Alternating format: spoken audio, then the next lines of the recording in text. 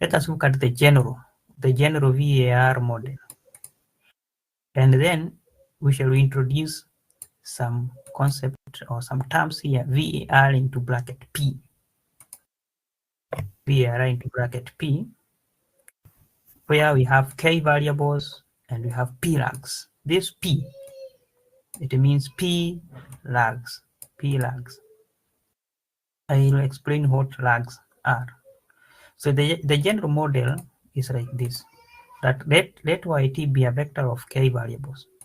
So y here is the variable that we want to see, or is the variable that we are predicting. For instance, maybe it is income. It is income at 2025 or 2026.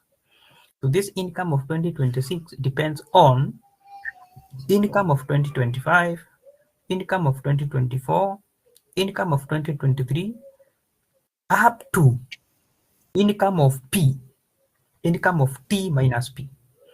So it could be, let's assume that you want to look at 7 P's. So this P is the same as P here. This P and this P is the same. So this P is the lags, the number of times you want to look backwards. If it is 5, it will be 2026 minus 5, and it will be 2021. So the income of 2026 will be determined by the income of 2025, 2022, 2024, 2023, 2022, up to 2021, because you want to look at 5 lags, 5 periods behind. So P simply means the number of periods that you want to look behind. That's why we put P here.